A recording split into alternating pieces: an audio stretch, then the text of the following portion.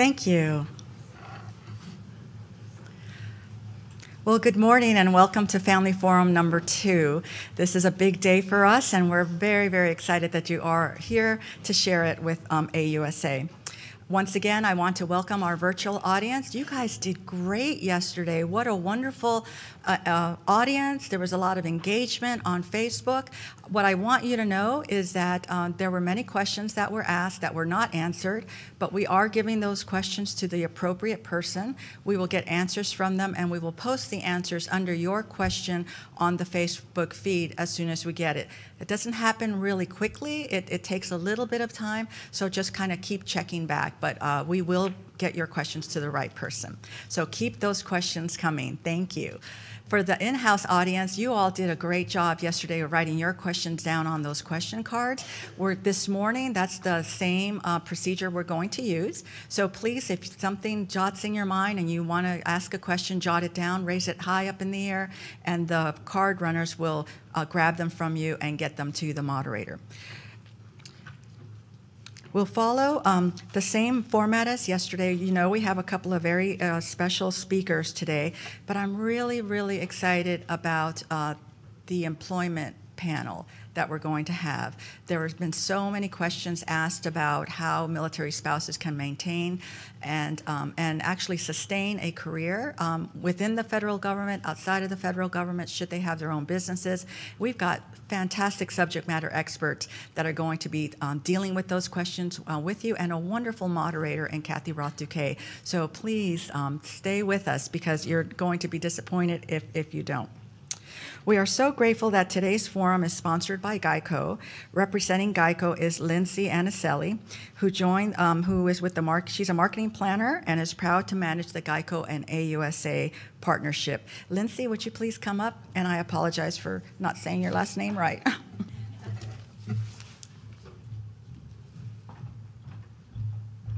Thanks, Patty. I'm Lindsay Anicelli. I'm here representing GEICO today. We are really excited to be sponsoring this family forum. GEICO has a long history of serving the military, and we're really committed to AUSA and its members. You could actually receive a discount on your auto insurance for being a member. So I just wanted to say thank you for having me, and thank you all for your service.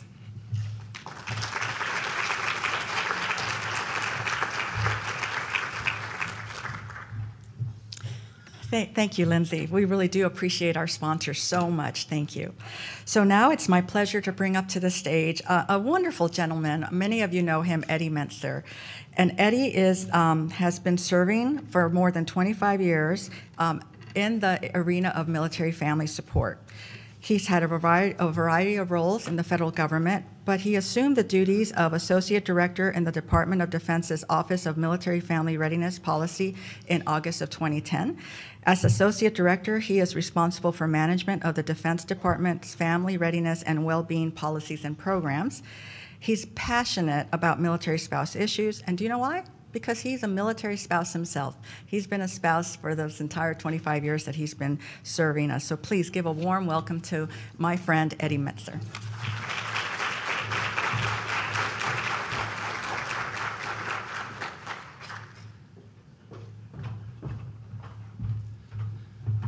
Good morning, Army.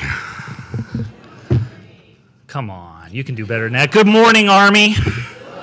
There we go. Thanks, Patty, for that great introduction. It's wonderful to be here at the Association of the United States Army's annual meeting. I feel somewhat like a high school band leading up to the headliner. Not only do we have an amazing panel led by Kathy Roth-Duquet, a great friend, and a huge, passionate individual when it comes to all of the issues that surround our military families, but of course we will hear from Mrs. Karen Pence, the Second Lady of the United States. The AUSA annual meeting is pretty unbelievable when you look at the agenda. No matter what the session, it's all about the Army moving forward. Topics like Surgibox caught my eye, the operating room in a backpack, or updates on the Army's new Futures Command. If you go to the exhibition halls, it is amazing what our soldiers have at their disposal today. And it all leads to one thing: lethality.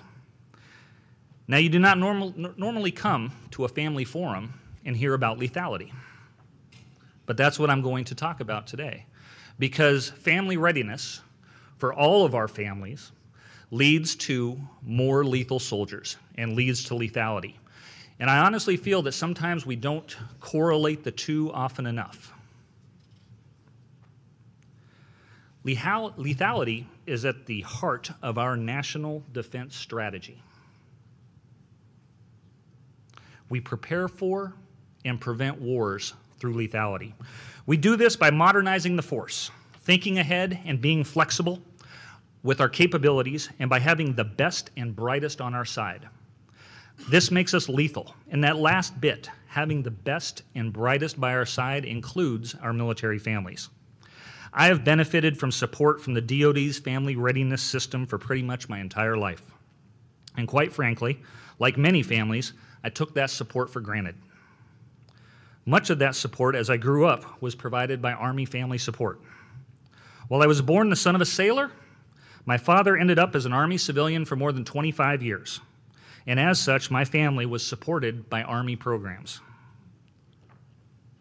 And while the operative word in family support is the family, it is really about the soldier and making sure that the soldier can be as lethal as he or she needs to be. Personally, I learned about taking care of soldiers before I learned about taking care of family. In 1985, I was hired through the Summer Hire Program in Kaiserslautern, Germany, to work at the 90th Personnel and Administration Battalion on Daner Kaserne. I was convinced that at 6'3" with a nasty crossover and a good outside jumper, that it was to play on their intramural basketball team. That would make me a professional basketball player at the age of 15 with a salary of $2.47 an hour. My wife will tell you the basketball had nothing to do with it. And today I have finally come to grips that I was not hired for my crossover, but what I learned that summer has stuck with me through my entire career.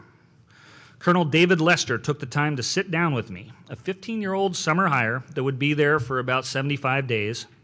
And on day one, he told me why their mission was so important. That when they did the right thing by their soldiers felt they were being taken care of and could better focus on the mission. He then walked me around to all of the operations, and I quickly learned that this battalion was responsible for supporting every soldier in the 21st Support Command. Whether it was their pay and finance, the mail system, or in-processing and out-processing, every soldier went through the battalion. The next year, I learned about the importance of taking care of families. That summer, I was hired to work at the Vogelway AYA. There's a term that the old-timers remember as American Youth Activities. Can't say that anymore, now it's youth programs. But the youth center in Vogelway was the center I had practically grown up in. And while I didn't know it at the time, I would one day be the director of. I was responsible for developing a summer program for 24 10 to 12-year-olds. Things have changed a lot since then. Now you have to be an adult to work in our programs. Back then, you only had to be 3 years older than the kids you were caring for. But that summer, I learned from the parents of those kids how much they relied on that program and others like them, knowing that their children were being taken care of so they could focus on the mission. It was not a buzzword like it is today, but they were preparing to be more lethal. So now, after 28 years of working within the department's family readiness system, that system is more important to me and my family than ever. As a military spouse myself, it's important to me. Some would say that my wife, a colonel in the U.S. Air Force, and I, a senior civilian working in the Office of the Secretary of Defense, have had amazing careers. I will tell you that we could not have achieved what we have without the entire family readiness system. Whether it was marriage counseling through the chapel, parenting classes through the Family Support Center, or using Military OneSource's non-medical counseling program when things may not have been going how we envisioned them, all of these parts of the system have paid dividends for us. We have an amazing 8-year-old son who, since the age of 12 weeks, has been raised in the Fort Myer Child Development Program and now the School Age Services Program. My wife could not have deployed multiple times to command the largest force support squadron in the Air Force if she did not know that our son's needs were being met. During those deployments and TDYs, I could not have been successful in my work without the knowledge that he was thriving and he had the best teachers looking out for his well-being. As a civilian working in the family readiness system, and as a force support officer leading Joint Base Anacostia Bowling here in the National Capital Region, you might see that taking care of service members and their families is our family business. I would counter that to say that ensuring the lethality of our soldiers, sailors, airmen, and Marines is our family business. And we do it by taking care of all service members and their families. For the last 4 years, I've had the privilege of leading OSD's efforts in the arena of military spouse employment. These efforts encompass a number of different aspects, from workforce development programs to helping our younger spouses through the My Career Advancement account, or creating opportunities for military spouses to develop their professional networks through a new partnership with LinkedIn. All of these efforts are focused on creating opportunities and tools to assist military spouses in reaching their educational and employment goals. Next week, we will induct a new set of partners into the Military Spouse Employment Partnership, taking us to more than 390 employers that have made a commitment to recruit, hire, retain, and promote military spouses. But it is more than just the numbers of jobs. It is about entire companies recognizing the challenges that military spouses face and changing their organizational culture to meet the needs of this amazing community that I am proud to be a part of. In this role, I've had the privilege to meet with a lot of top executives from some companies with household names such as Starbucks, Amazon, Comcast, and many more. Quite often I am asked, why does it matter? Why does the DoD care? Why does the DoD invest? The answer is lethality, which will usually catch them off guard. This is what I will tell them. Imagine a soldier in Afghanistan, and that soldier is in charge of training our Afghani counterparts in how to protect their country. But if that soldier is worried about his or her spouse's employment at home, or if their child with special needs is being taken care of, that soldier may not notice the new pile of rocks alongside the road, and that can have lethal consequences. But if that soldier is not worried, if that soldier knows that his family has the support they need, and that the soldier is concentrating on the mission, and notices that IED alongside the road, not only is he or she ensuring the safety of other soldiers and our allies, but they are successful in training their counterparts, possibly reducing the attacks from our enemies and lessening the need for our soldiers to be there in the first place. It's easy to see from a combat perspective, but what about everyday work here in the U.S.? Maybe it's a young soldier in Fort Irwin who is responsible for the maintenance of the Blackhawks there. If that soldier is worried about the transition that his spouse or child have had in moving to the Mojave Desert, they may not notice that bolt that was not tightened on the aircraft, having potentially fatal consequences when that Blackhawk goes airborne. But if that soldier knows that the Army Community Services at Fort Irwin have programs to assist during those tough times, that tough transition, not only does that aircraft make it through another sortie, but the troops going through the National Training Center are recognized as the most lethal in the world, deterring our enemies from engaging in conflict. That is how family support leads to lethality. It also leads to saving money, and the DoD being able to focus financial resources on training our soldiers to be the most lethal army in the world. But how can more robust family support programs lead to saving money? It seems like the opposite. Spending money on families means less money going to soldiers, to weapon systems, to new platforms. A colleague of mine in the Office of Financial Readiness recently shared a story out of Fort Leonard Wood, where we send recruits to become 31 alphas, or military police officers. In almost every class at the military police school, a few soldiers end up finding themselves in financial duress and unable to get their necessary clearance at the end of training. Now, if we are finding out about this towards the end of school, and we are wasting money by either having to redesignate them to new MOSs or worse, transition them out of the Army, some estimates say that it costs roughly $60,000 to train a soldier from their first meeting with a recruiter to reporting to their first duty station. What if we could identify those soldiers earlier in the process, helping the soldier to better financial place so they can get the clearance they need to perform the duties they were recruited to do?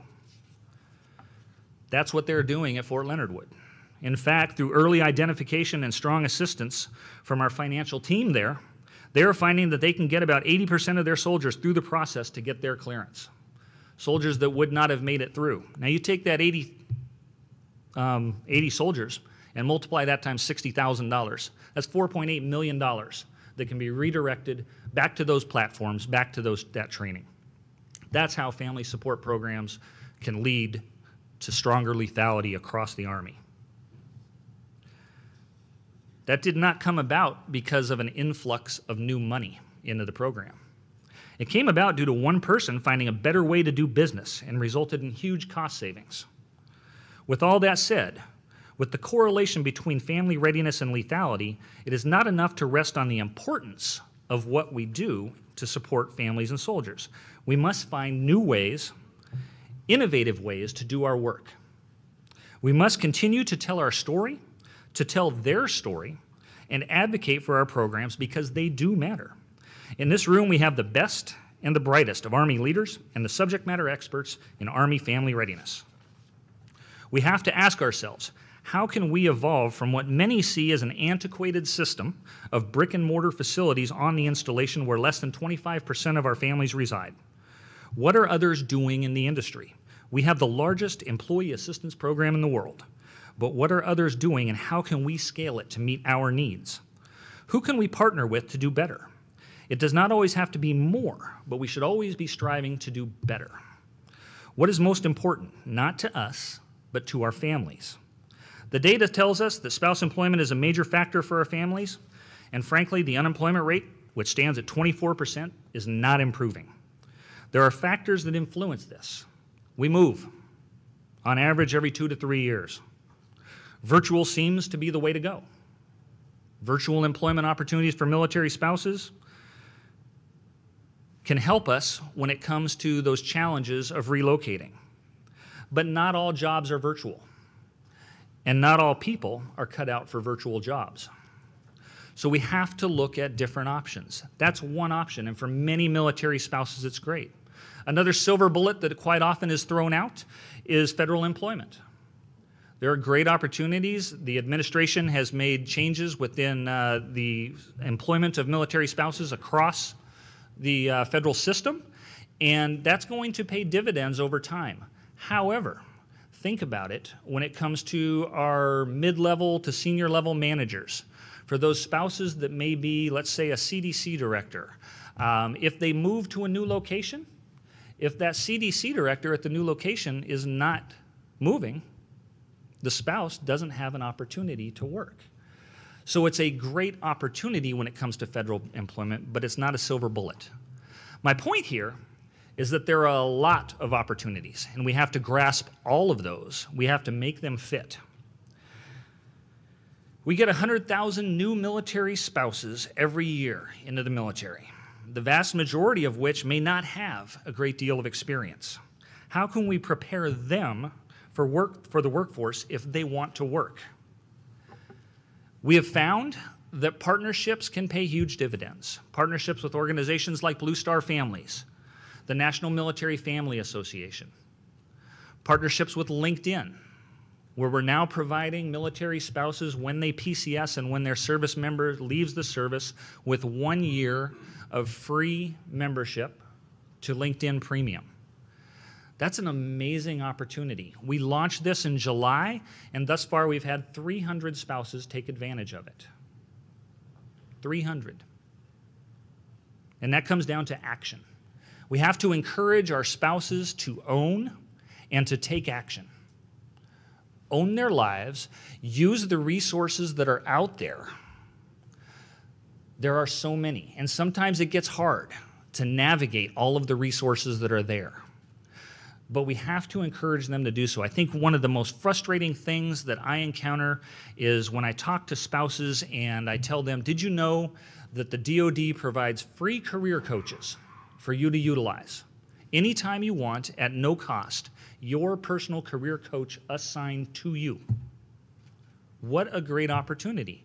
Each one of those career coaches, master's levels, certified counselors, no charge. If we walked downtown today and we wanted a new job and we needed a career coach, You're looking at $1,500 to walk in the door, and I apologize to the lawyers in the audience, but they charge you every hour after that and everything they do. We provide it at no cost, a personal career coach. And I'll ask a spouse, the spouse will come to me and they'll say, Eddie, you know, I've applied for 60 jobs in the last year and I haven't gotten hired for one. And I'll say, have you contacted one of our career coaches? And they'll say, no, I don't need any help. I don't need anybody to look at my resume and give me some tips. Our career coaches aren't going to write the resume for the spouse. The spouse has got to own it. But I tell you what, they can sure give them some tips. And I'll ask the spouse, I say, you know, did you ask your husband or your wife to look at your resume before you send it off? And they usually say, yeah, of course I did. And I say, are they professional resume writers? No. Why wouldn't you go to the professionals? And they think for a second and they say, okay, let me try it. Now, not every time, whatever the resource is, whether it's the Spouse Education and Career Opportunities Program, whether it's Blue Star Families, it may not fit. Drop it and move on to the next one, because there are a lot of resources out there. It might be Hiring Our Heroes. It may be a networking opportunity through AUSA at a local chapter at your installation. All of those resources have been put in place because we know this is a huge challenge, but we have to encourage spouses to take advantage of it. There's a lot of spouses in the crowd today. One of the things I think that is most important to realize when it comes to information dissemination, our most trusted resource is other spouses. I heard a senior leader a couple years ago tell a group that families got all of their information from Facebook. Families don't get all of their information from Facebook. They get some of their information through Facebook.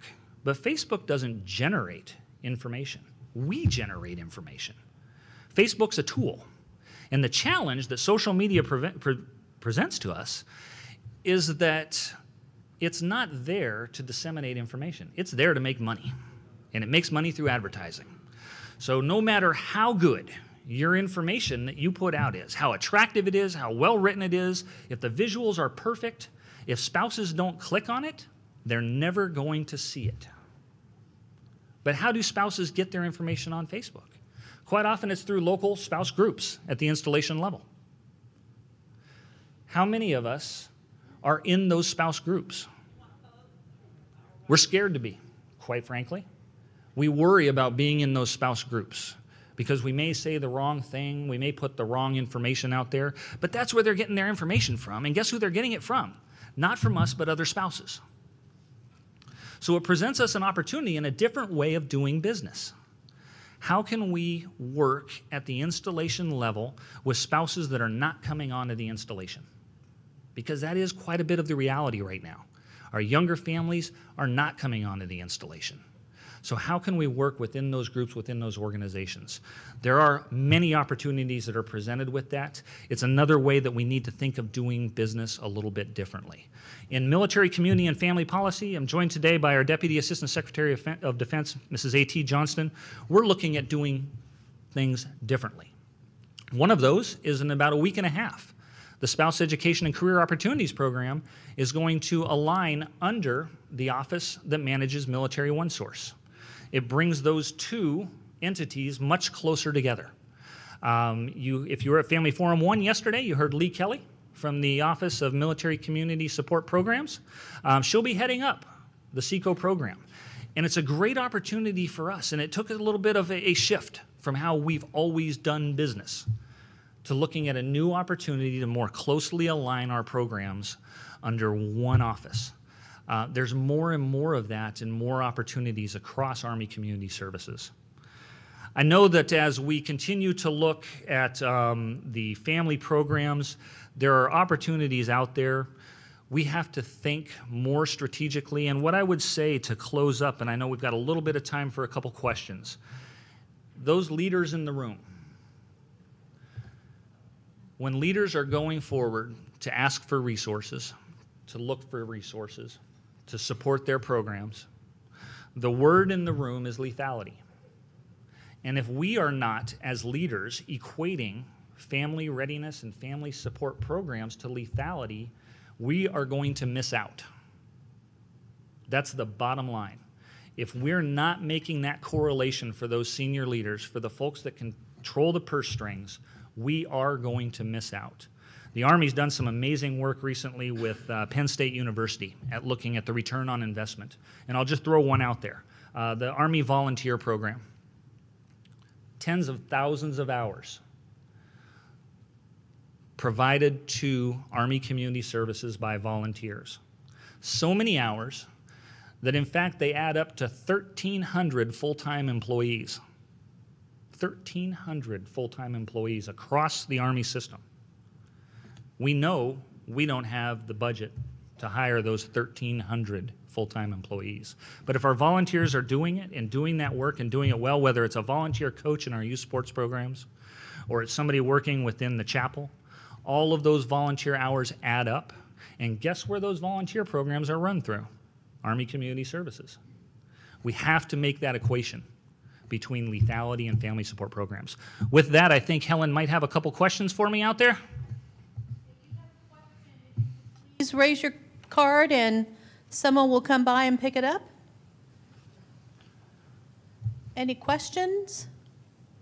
I couldn't have answered all your questions. You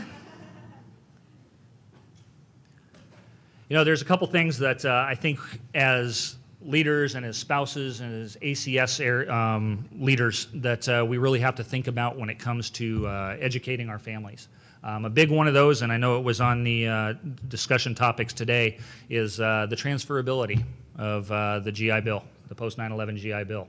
And there were some changes made last year that for those service members under 16 years, by July of 2019, will have had to make that decision before they surpass the 16-year point. That's a change. A lot of people wait until the last minute to do these things and to make these allocations. So I think that's one that we've got to educate. It's kind of like the blended retirement system that we've been pushing for the last year of make that decision, make that allocation, decide what you're going to do when it comes to blended retirement. Same thing with post 9/11 GI Bill. You don't want to be that soldier that waited until they were at 17 years to make that allocation and then not realize. So it's those types of things that I think we can do a much better job in educating our folks. We got anything, Helen? I can't see anything. Those lights are so bright. There are a couple coming our way. Eddie? All right.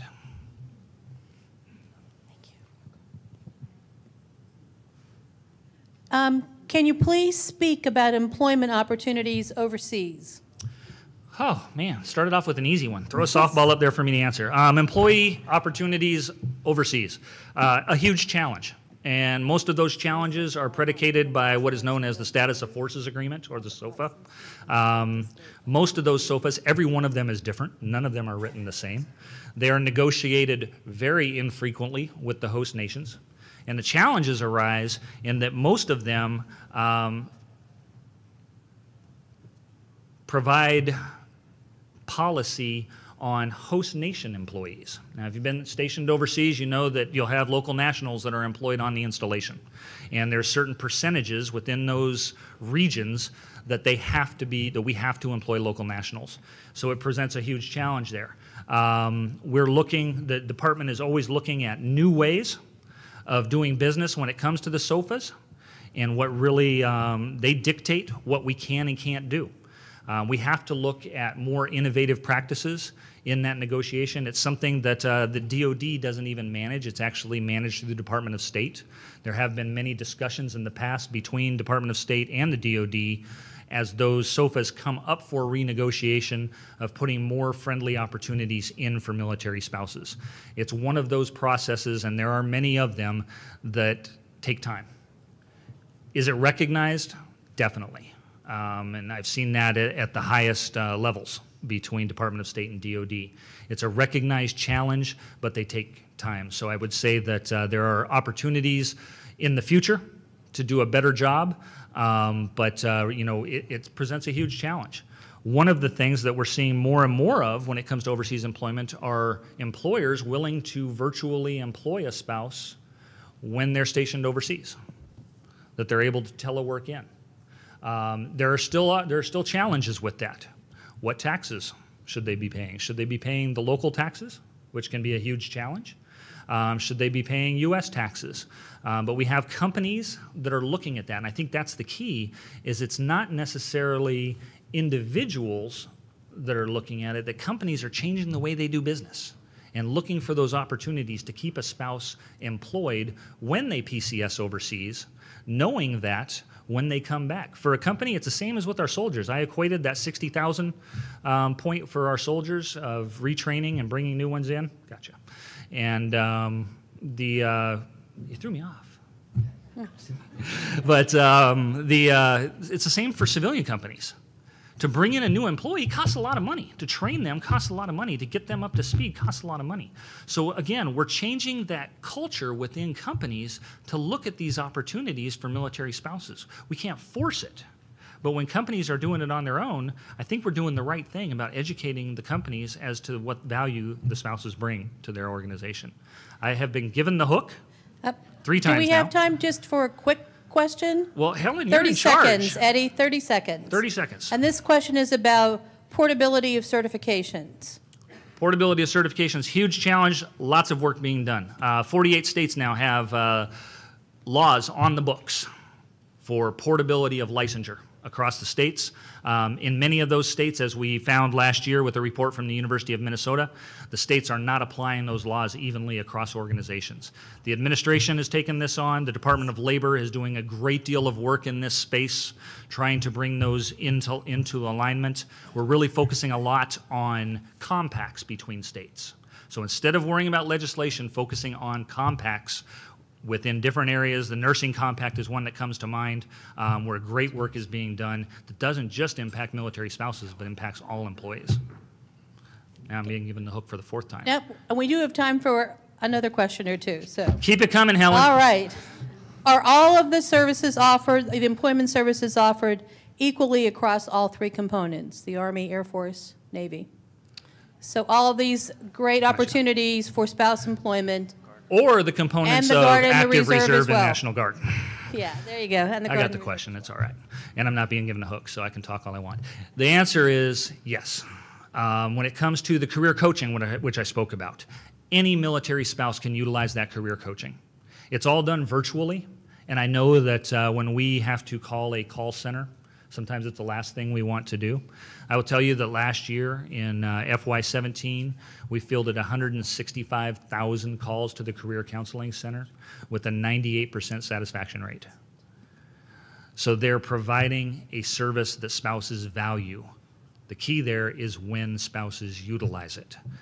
But across the board, everything that we do within OSD goes for all components except for the My Career Advancement account, which is under Title X money, and that is available to service member or spouses whose service member is in the pay grades of E1 to E5, O1 to O2, or W1 to W2. It provides a $4,000 scholarship to pursue licensure, certification, or an associate degree, and that is only available for active duty members or reservists that have been activated under Title X orders. And I get another stop. And I got another question. This is so much fun. What this translates is to Mrs. Pence will be here in a few minutes. Very good, Eddie. Young people are questioning marrying a soldier as they don't see how they can have a career and be married to a soldier. Where can we send them for information? Well, the first place is going to be ACS. That's your #1 face-to-face best opportunity at the local level. The second place to learn more would be the Spouse Education and Career Opportunities Program. This program augments the great work being done at the installation level through a virtual means. And I think that you would be amazed. And I would encourage the military spouses that are in here, even if you're not looking for a job, not looking to advance your education, give them a call and ask them what they can provide, because I can't go down the list of what they provide, whether it's a resume review or looking at your LinkedIn profile and telling you what you should add, whether it's different aspects of your application process. What school should I go to? I'm a young spouse, 18 years old, I want to do something. What school should I go to? What program is going to be best for me? That's what those career coaches and career counselors can provide. All right. Now I've really been given the hook because I've got Dee approaching me. I've got Patty waving at me. Again, I really appreciate the time to be able to come up here and address everybody. AUSA provides all of us with a great opportunity to bring our leaders together, to bring the people that make a difference together. I would encourage all of you as you move forward, remember that correlation between lethality and family readiness. It is a real thing, and it tells the true story of what we're doing. So with that, thank you very much, and hopefully we'll see you next year.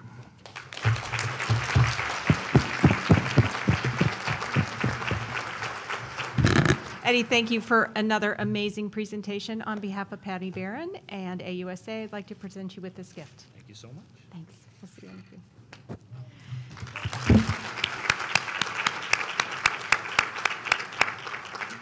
I would like to ask everyone to take a break in place, 5 to 10 minutes, as we wait for Mrs. Pence. I also remind you, if you leave the room, you may not be able to get back in. So this is a stretch break in the room. Thank you.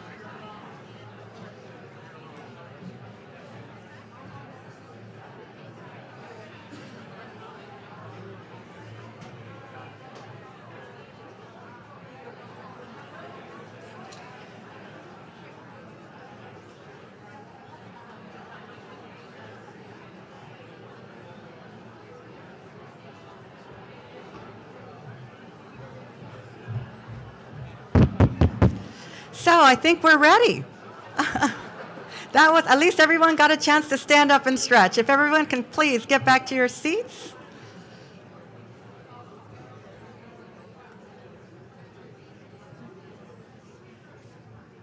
Thank you. The folks coming into the room. Great. Thank you so much. This is a really special time for us here at AUSA, and I have a very special person that I want to introduce, who will introduce another very special person. But this person is my boss, Lieutenant General Retired Guy Swan. I don't think that we could have a better person as the Vice President of Education at AUSA than Guy Swan. He is passionate, he is smart, he is just a wealth of knowledge, and he also lets me do my job. And that's one of the main reasons why I just think so highly of him. Please, ladies and gentlemen, give a warm welcome to Lieutenant General Retired Guy Swan.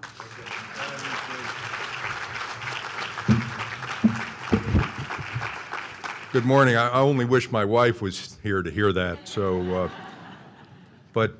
hey, if you wouldn't mind giving Patty Barron a round of applause, please.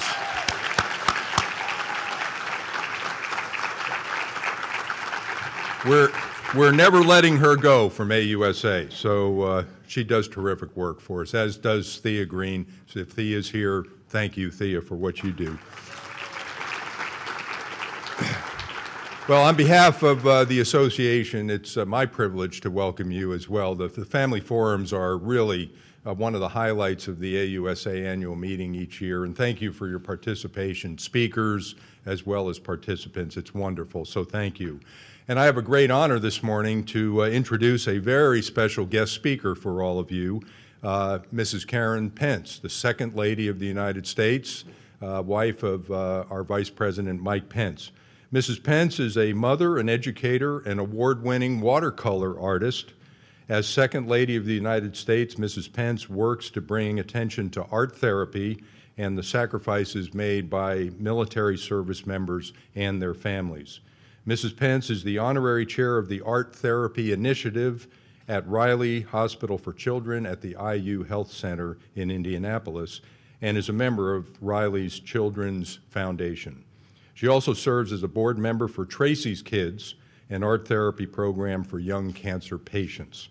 Mrs. Pence also serves as an encourager for military service members and their families. She's hosted and participated in numerous events to honor and recognize all of those in the armed forces, not just as the Second Lady today, but also as the First Lady of Indiana when her husband was the governor there. In September of this year, Mrs. Pence launched an awareness campaign to elevate and encourage our nation's military spouses. As part of the campaign, Mrs. Pence educates military spouses about available resources and opportunities to support spouses and their families. Mrs. Pence is also committed to helping kids of military families coping with deployment, and many of us have experienced that in the room. The Pences have 3 children, 2 daughters and a son. Their son is a proud United States Marine, but we will not hold that against her today. And if you would join me in a warm welcome for the Second Lady of the United States, Mrs. Karen Pence.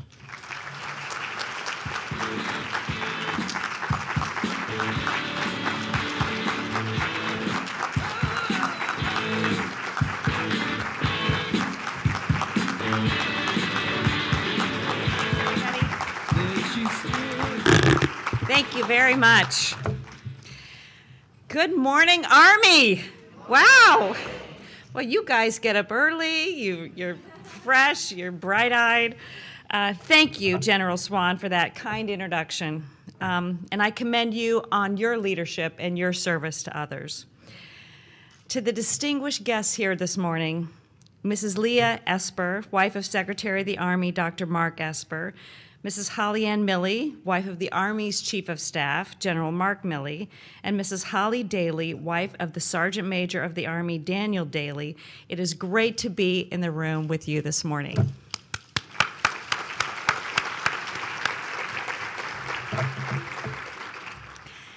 A few weeks ago, Mrs. Esper, Mrs. Milley, and the other senior military spouses traveled with me to Fort Carson in Colorado Springs, where I launched a campaign to elevate and encourage our nation's military spouses. Having them there meant so much to me, but I believe it meant even more to the spouses and the soldiers at Fort Carson. They went out in the crowd early and mingled with all the spouses and stayed late. Mrs. Esper and Mrs. Milley, thank you for your service and continued to support for other spouses and their families.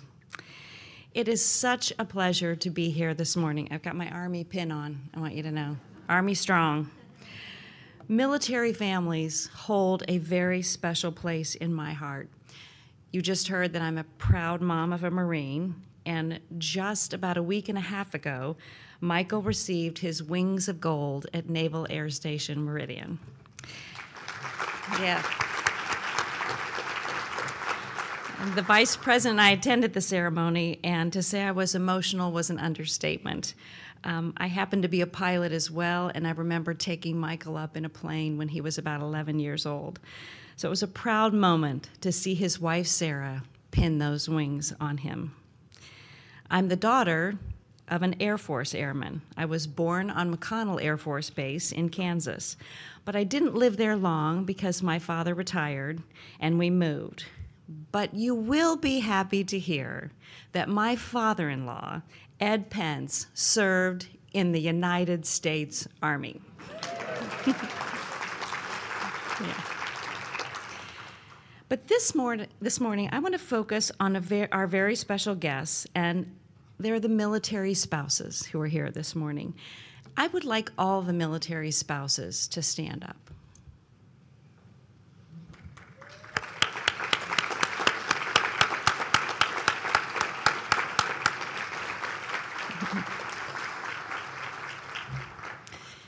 I get a little bit of what it means to move because of your husband's job.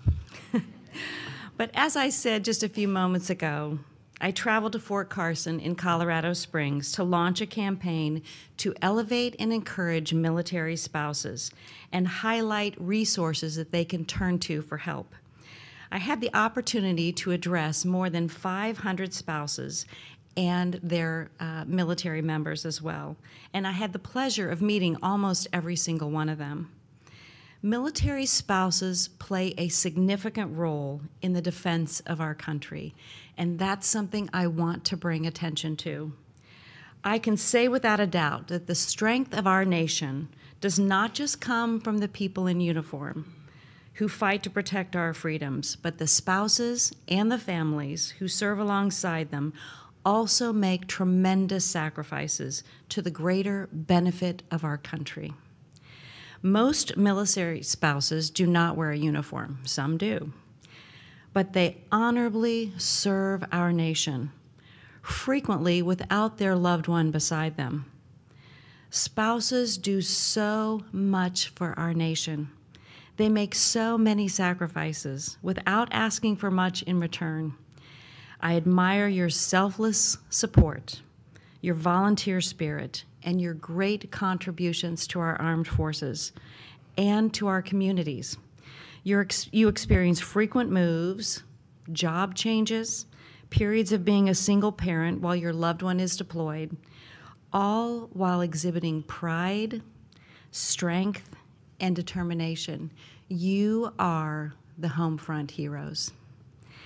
Since starting my role as Second Lady, I've participated in listening sessions with military spouses throughout the United States and in some parts of the world. Through those listening sessions, I've gained a better understanding of life in the military. I didn't want to start this campaign by pretending to know it all. I've never been a military spouse. I don't know what that's like. So we wanted to listen, and we wanted to hear what spouses were saying to us. We wanted to have the opportunity to make a difference, and so we asked them to think of something that we could do. We didn't want to come along and reinvent the wheel or tell everybody how to do it. We just want to spread what you are doing and make them aware. You know, your time in the military, as I've heard from them, can be an adventure of a lifetime. Mrs. Milley shared some great stories with us on that trip. You form lifelong friendships. You have unique experiences that only those in the military community can understand. And you take great pride in contributing to something greater than yourselves. Military spouses are incredible people. You are competent, well-educated, flexible, hardworking, and tremendous assets to our nation and our communities. You know, I've heard it said, anyone can give up. It's the easiest thing in the world to do. But to hold it together when everyone else would understand if you fell apart, that's true strength. Your stories of strength, tenacity, courage, and generosity inspire me and so many other Americans. In the Trump administration, we feel it's imperative that we support our military spouses and their children. We know military life is not easy. Spouses have shared their stories about the difficulties of being hired and the inconsistent professional licensing requirements in each state. Like Tina's story at Grand Forks Air Force Base in North Dakota. She told me how after becoming licensed to teach in Nevada, they moved to North Dakota. In North Dakota, her teacher's license is provisional and only good for 2 years. She said she's interviewed for several teaching positions, and despite graduating magna cum laude and being the top student in her cohort with excellent references, she still finds herself without a job. She said obtaining licenses when we move to a new duty station in a new state is very challenging, time-consuming, and expensive. And it also creates challenges finding the new job and creates a long period of time between jobs. On average, military spouses move every 2 to 3 years. And we know that employment issues are one of the biggest challenges military spouses face, especially for those who have jobs that require licensure, such as teachers, nurses, hairstylists, and doctors. In fact, the Department of Defense estimates that about 37% of spouses in the workforce require a state license. This is the thing we heard from spouses the most. This was the number one issue. When spouses move, they may have to get recertified, take new exams, take new classes, and pay fees to get recertified. This process is time-consuming and expensive.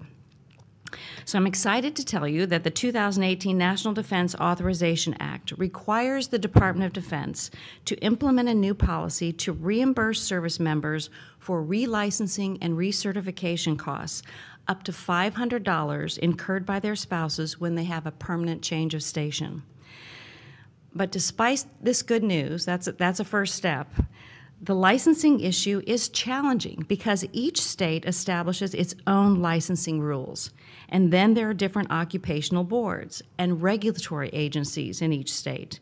States have taken some good steps forward. And when I was First Lady of Indiana, I thought we had solved this problem. And I was sitting next to a governor from a state where this isn't the case just recently. And I said, you know, I thought we had this solved.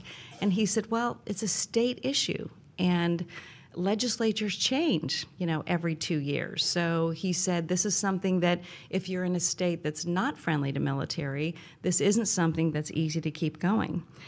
But there is more good news. The Defense State Liaison Office is working with states and occupational boards to develop a way to expedite licensure requirements. They contracted with the University of Minnesota to evaluate licensure in each of the 50 states. And I recently went to the University of Minnesota, and I sat down with the team that did this research. And the study found that one of the problems is not so much that now we're making progress as far as state legislatures, but the problem is the boards don't always give this information to the person who answers the phone. And so a military spouse will call and say, well, I know that in this state, this issue has been solved, and I know that my license is supposed to be, you know, retroactive, or I'm supposed to get a temporary license, and the person answering the phone doesn't know anything about it. So that's something that we are working on. So we're addressing that problem, and we're trying to address others. The DoD State Liaison Office is now asking states to hold their boards accountable for revising websites, training their staff, and modifying license applications to comply with the revised laws. But they're also working with groups like the National Governors Association to raise awareness about the challenges and possible solutions. In February, the National Governors Association comes to Washington, D.C., and we host them at the Vice President's residence. And I intend to take that opportunity to reach out to them and say, this is something that we need your help with. Military spouse employment is a very important aspect of a strong and resilient military family. You know, our spouses these days, they don't just want a job, they want a career, and they work very hard to get their degrees, and they want to be able to use them, and they want to be fulfilled. I do understand a little bit of that when the Vice President first became a congressman and we moved here to Washington. I wanted to be a teacher. I've worked hard to be a teacher, and I really wanted that. I was fortunate to find a job right away, but my fulfillment in my career helped me to be a happy congressional spouse because I had my own life and my own things and my own fulfillment. In May, President Trump signed an executive order to enhance opportunities for military spouses looking for employment in the federal government. It directs agencies to recommend new ways to improve license portability and remove barriers to the employment for military spouses. The federal government will do its part, and now we're working with the American businesses to find ways to hire and keep military spouses employed as they relocate. The U.S. Chamber of Commerce's foundation's Hiring Our Heroes just recently launched Hiring 100,000 Military Spouses. It is a 3-year call to action nationally for companies and businesses of all sizes all across America to make a collective commitment to hire 100,000 military spouses. This initiative already has the support of some of the country's top employers, including Microsoft. Other businesses such as Comcast, Deloitte, Booz Allen Hamilton are also making it an important priority to employ military spouses through programs they've developed. And I'm sure some of you have heard of Our Riveter. How many of you have heard of Our Riveter? Yeah. Aren't they great? I know, they are great. They're in North Carolina is where they're located, but they make handbags. And if you can work for our riveter as a military spouse. Just make a piece of the handbag wherever you're located and send it to the factory, and then they assemble them. This organization was started just for military spouses, and they're very successful, and their bags are amazing. Don't tell my daughter-in-law, but she's getting one for Christmas. And the social networking site LinkedIn has teamed up with the Department of Defense to help with employment opportunities. Military spouses can now access a free one-year upgrade to LinkedIn Premium with each permanent change of service. And in the Office of Military Community and Family Policy, they have programs to provide resume assistance, employment opportunities, and associate degree scholarships up to $4,000. Spouses can learn more about the spouse scholarships through Military OneSource program.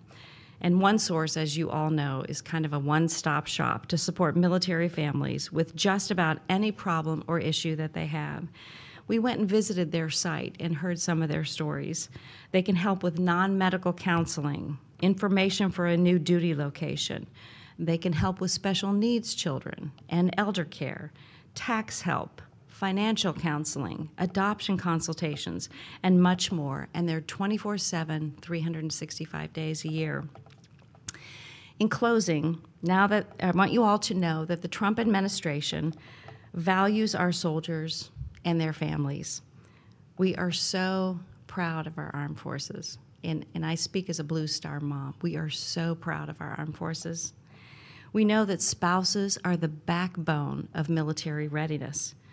We know that if military spouses aren't happy, then the military service member is probably going to get out of the service sooner, and we don't want that to happen. So it's important to take care of our spouses and their children so that our service members can stay focused on their mission and remain ready to fight and protect our freedoms. From the bottom of my heart, thank you. We can never thank you enough for the sacrifices that you've made, but I just want you to know that we are so appreciative of the spouses, the families, and our service members. So God bless the United States Army, and God bless our military spouses and service members, and God bless the United States of America. Thank you so much.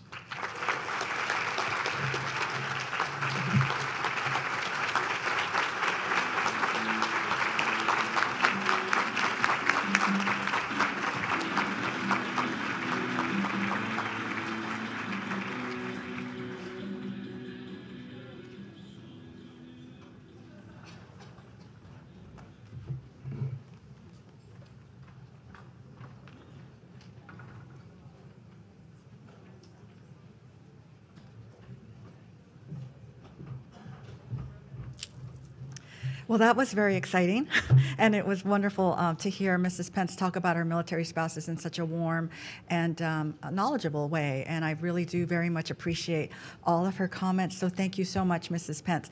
We're going to do a little bit of shifting the stage around, and then we're going to be bringing our panels up. So this gives you an opportunity to stand and stretch, but not necessarily leave. So go ahead and stand and stretch.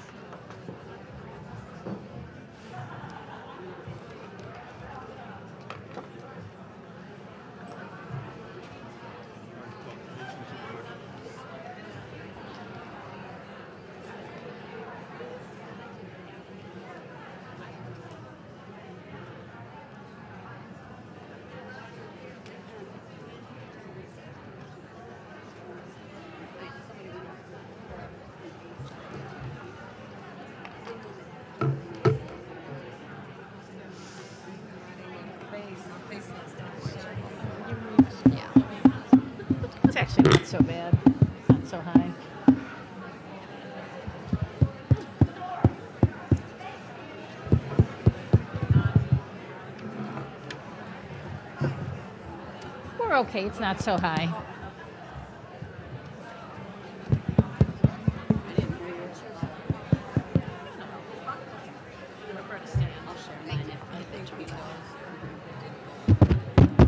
All set? I'm good. All right, would everyone come on back and take your seats? Because I think we have a very wonderful panel in store for you. We'll go ahead and get started.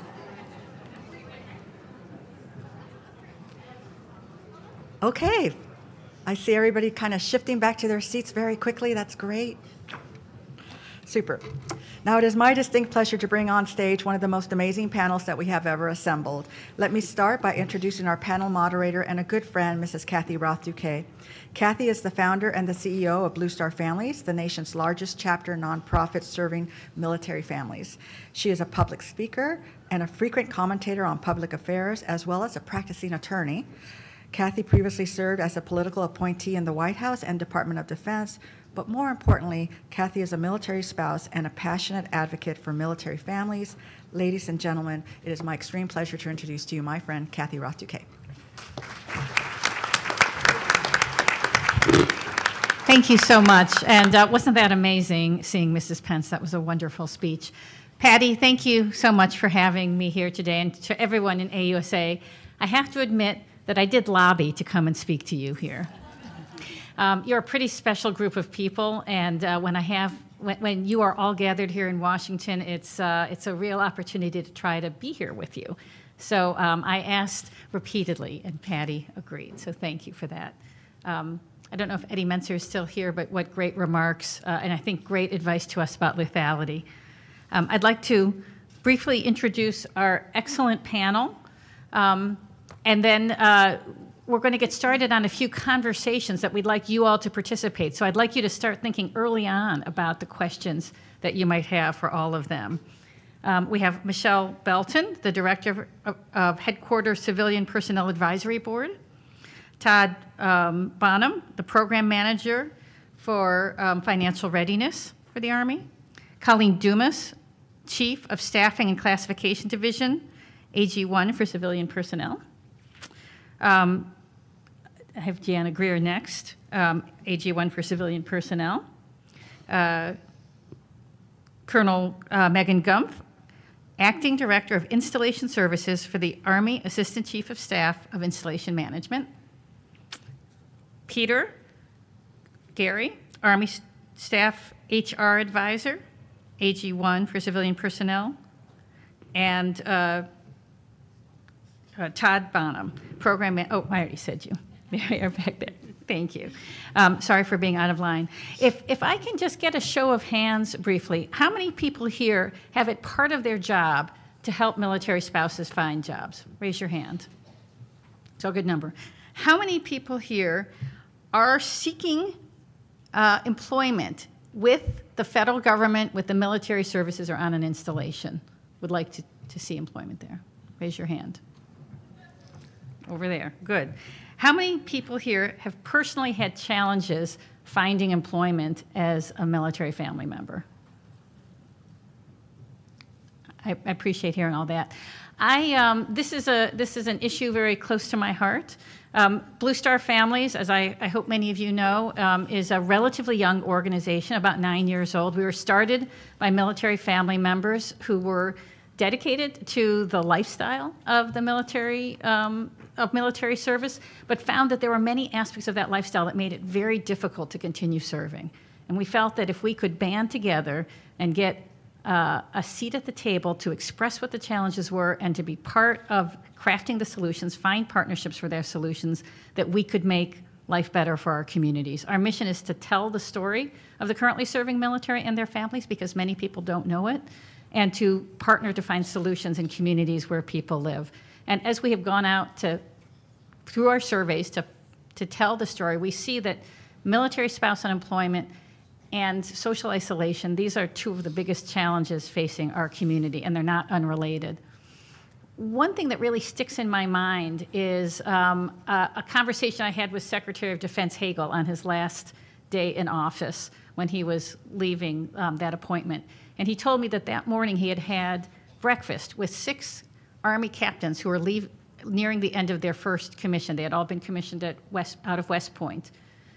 And 5 of the 6 of them were not going to recommission. When he asked them, so why is it that you're not going to recommission? For all 5 of them, the reason was concern about their spouses' careers. So I really appreciated Eddie's comments about lethality, because this really speaks to retention. It speaks to readiness because of the distraction of a concern about family, but it also speaks to retention. And in Blue Star Family's annual survey, we see that that is only increasing. One nice thing about doing a survey every year is you get to see trend lines. We are seeing that millennial spouses are substantially more likely to feel that having a career is a requirement for their family's well-being compared to older military spouses. I'd like to ask our panelists to start with a few observations, and we're going to with a little briefing on some of the work that they've been doing. We're going to have a couple questions, but I want to get your questions as well. So please be busy writing them down, and then we'll collect them and take them up. So, Todd, let's start with you. No, well, thank you. I'm Todd Bonham, and I'm the program manager for Financial Readiness. A little outside of this group, but I would like to just read a brief statement of why this ties in specifically to lethality. But members with financial problems are more likely to report their spouse, significant other, and family views their continued active duty service unfavorably, dissatisfaction with the military, and more stress in work and personal life, and poorer readiness of self and unit. That is a bottom line statement from some recent data from a Status of Forces survey. And so what I'd like to say is, together with OSD and the other services, the Army is collaborating with federal partners, installation banks, credit unions to assist with financial education. The Army implemented the new blended retirement system for eligible soldiers and continued to encourage opt-in eligible soldiers to complete the required opt-in training so that they can make informed decisions on a retirement system that best fits their individual situation.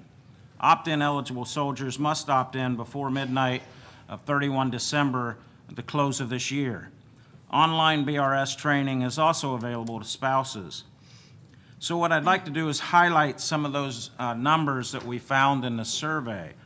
The 2017 report on the financial health of active duty members showed a steady increase in financial skills and stability of active duty soldiers. More soldiers saved and applied better skills towards financial tasks and goals compared to previous years.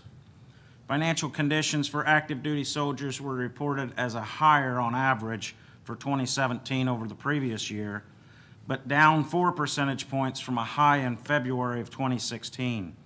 Long-term soldiers indicated a steady increase in their financial conditions, where 48% stated they were comfortable in 1999 to 72% today. In our reserve component, 20% of the Army National Guard members, including 24% of junior enlisted members, reported a financial well-being of 41 to 50, higher being better, on a scale of 1 to 100. The average score for reserve component members was 60, indicating that the Guard falls slightly short in comparison to the reserve component members with their overall financial well-being rating. 64% of U.S. Army Reserve reported being comfortable, up from 57% the prior year. What's important to note is that this new retirement plan puts the onus of investing more so on the individual family and soldier. And so I would like to finish up by saying most things that I think the moderator wanted me to just give one blurb. Mm-hmm. But there was a recent article on InvestorGov that said the military service members' immediate action for financial success was to pay down debt, make a plan, and start early. I would just like to say, pay yourself first.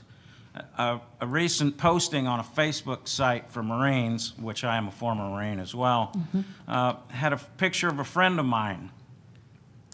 And it was basically, he was in his Class A's, which is the green uniform. And as I looked at the photo, I noticed that it looked like a VW Scirocco in the back, and he's definitely inside of a building. So I comment on the post, and I said, "Hey, Anthony, are you buying a car?" And he said, "Absolutely." It was the day he graduated basic training for the Marine Corps. He was at the car dealership making a pretty substantial purchase. I would like to take our program for the Army and emphasize that budget and pay yourself first. Excellent, thank you. Peter? Hello, good morning, everyone. My name is Peter Gary. I work for the Assistant G1 for civilian personnel. I have Some fans. some fans. I can't see anything, so thank you. I have a great job.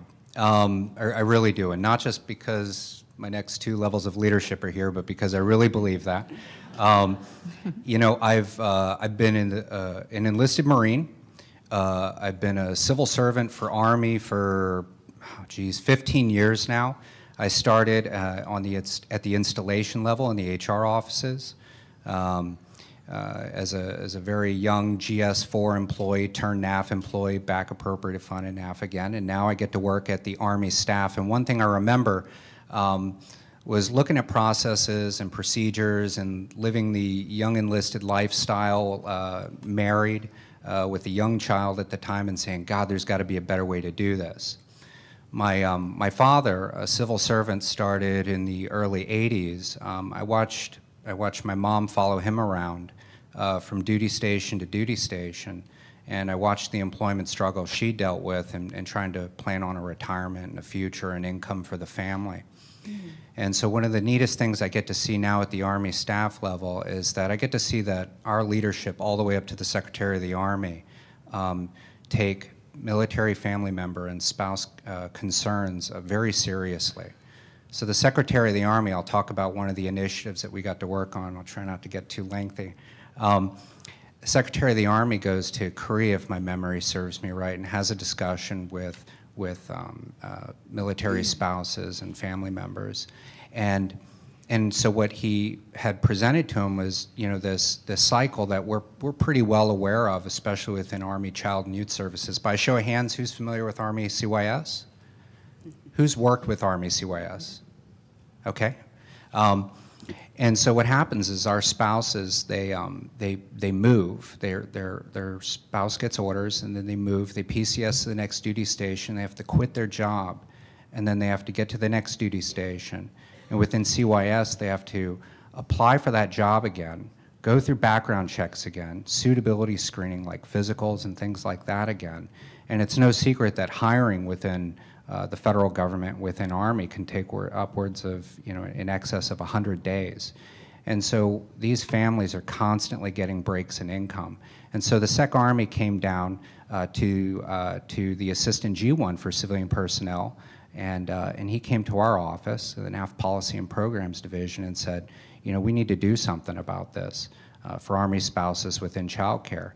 So in about 7 days, we combed through our policy and built a program and some tools that now allow our military spouses to register for a program, leave, PCS, and have a job waiting for them at the next duty station and stay with the Army family.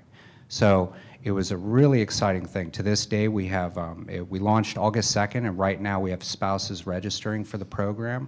We've had spouses placed already, and our commands are starting to get the policy memos out and share that information throughout the field, and it's turning into something really successful that the Army would like to see employed in other areas. So, you know, I have, and I say that to say that I have a really excellent job because we get to work on initiatives that are important, and, you know, those things that were once difficult to envision and wondered if there was ever a solution in place, now we're able to be part of making those changes, and that our senior leaders really care about what's being shared with them from our spouses and our family members. Thank you. Thank you, Peter. Colonel Gumpf? Well, good morning. First, I'd like to say it is an honor to be here and follow the Second Lady, but it's just as much an honor to be here among my colleagues here who are the Army's subject matter experts on these topics. And we're here to talk to you about a very important thing, and that's the spouse employment. So it's an honor to have been asked to be here.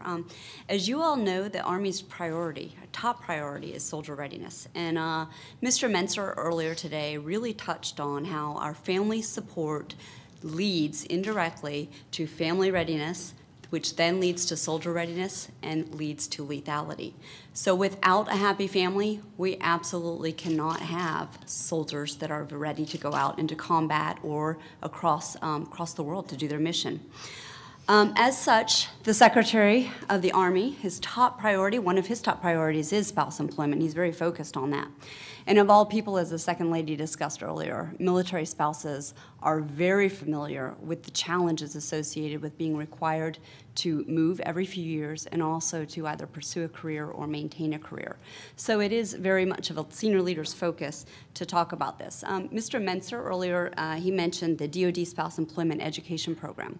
Within the Army, we also have nested with that the Employment Readiness Program, which focuses on supporting those spouses in looking for employment. And the Army Community Service also provides these up-to-date information on available employment opportunities, market and job trends, and its mission is also to help focus the spouses who are looking for employment on improving their skills, whether it be brushing up on their interview skills, dressing for success, networking, and also writing resumes. So last year, the AUSA panel, AUSA as well as the Institute of Veterans and Military Families held an entrepreneur workshop, and I understand it was so popular last year. Did anyone attend that last year? Okay, I see a couple of members in the audience. It was so successful that the AUSA is sponsoring that again tomorrow. So please take the opportunity if you're interested in that. I do want to touch that I think most of you all in the room are military spouses, and online, many of our spouses are listening as well. So we want to call out to the audience here online as well. What I'd like to touch base on a little bit is the home-based business. We've had a lot of interest recently in home-based businesses. As technology advances and our society is constantly evolving, more and more spouses are venturing into business out of the home. And there are many, many opportunities out there for someone to pursue that. But we recognize there are also, with those opportunities, some challenges. And the Army is absolutely committed to supporting those home-based business owners with clear guidance in the near future and exploring initiatives to standardize the processes. So right now, DoD has issued just recently some very clarifying guidance on what actually constitutes a home-based business. And I know that the Army does have some policy mentioned throughout a few Army regulations, but we are going to work in the near future to develop more policy to help clarify the guidelines.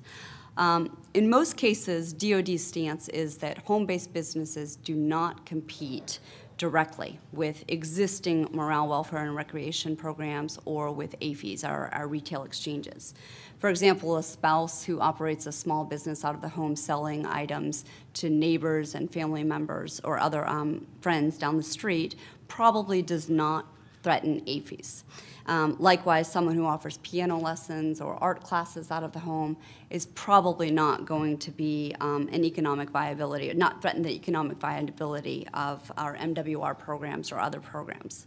So as long as that is the case and the business adheres to all of our federal, state, and local laws, a home-based business should be able to operate.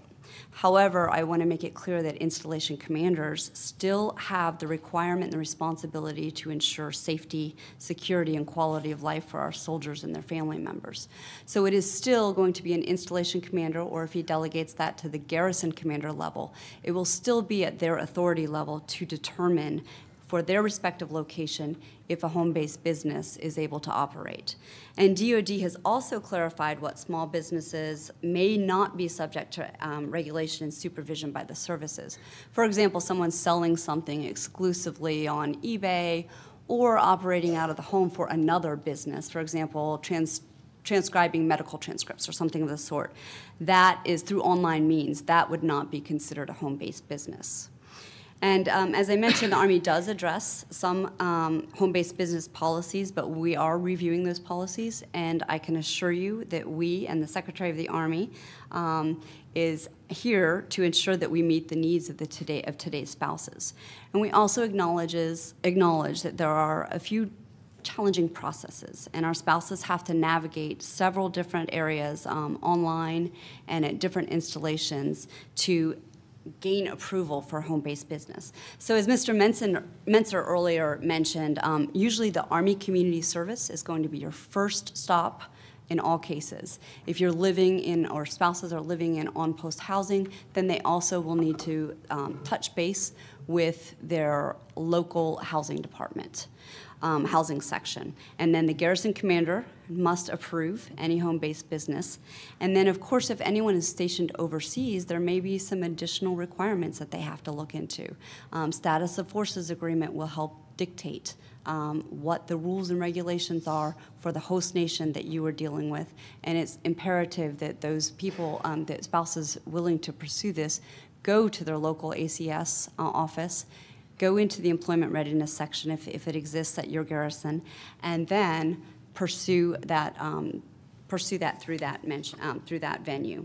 I'm very excited overall about the opportunities available for our military spouses. I mean, we absolutely, as a member wearing a uniform, we cannot do what we do day to day without the spouse's support and without the family support. So what you all do and what you all bring to the table is just as critical as what the soldier's doing. And if you all aren't happy, we can't be focused on our mission. So I would like to absolutely reaffirm the Army's commitment to supporting our families so our soldiers can continue to focus on our primary missions and our responsibilities both at home and abroad. So thank you, and I look forward to hearing the other comments and look forward to taking questions after we complete our introductions. Thanks.